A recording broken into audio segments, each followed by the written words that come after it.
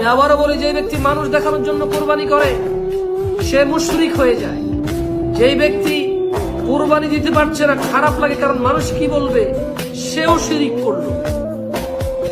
আর যেই ব্যক্তি তার সামর্থ্য বেশি ছিল, বেশি দিছে, এখন সামর্থ্য কম, কম দিতে লজ্জা পাচ্ছে, সেও শিরিক করে। লজ্জা কার সাথে ভাই? কুরবানি আল্লাহর জন্য। আল্লাহ সামর্থ্য দিলে দিব, না দিব না। আল্লাহ সামর্থ্য দিছে, কুরবানি দিচ্ছি না, তাইলে এক কথা। আল্লাহ সামর্থ্য দিছে 5টা দিব, 5টা। আল্লাহ সামর্থ্য দিছে 10টা দিব, 10টা। একটা দেওয়ার সামর্থ্য দিছে, একটা দেব।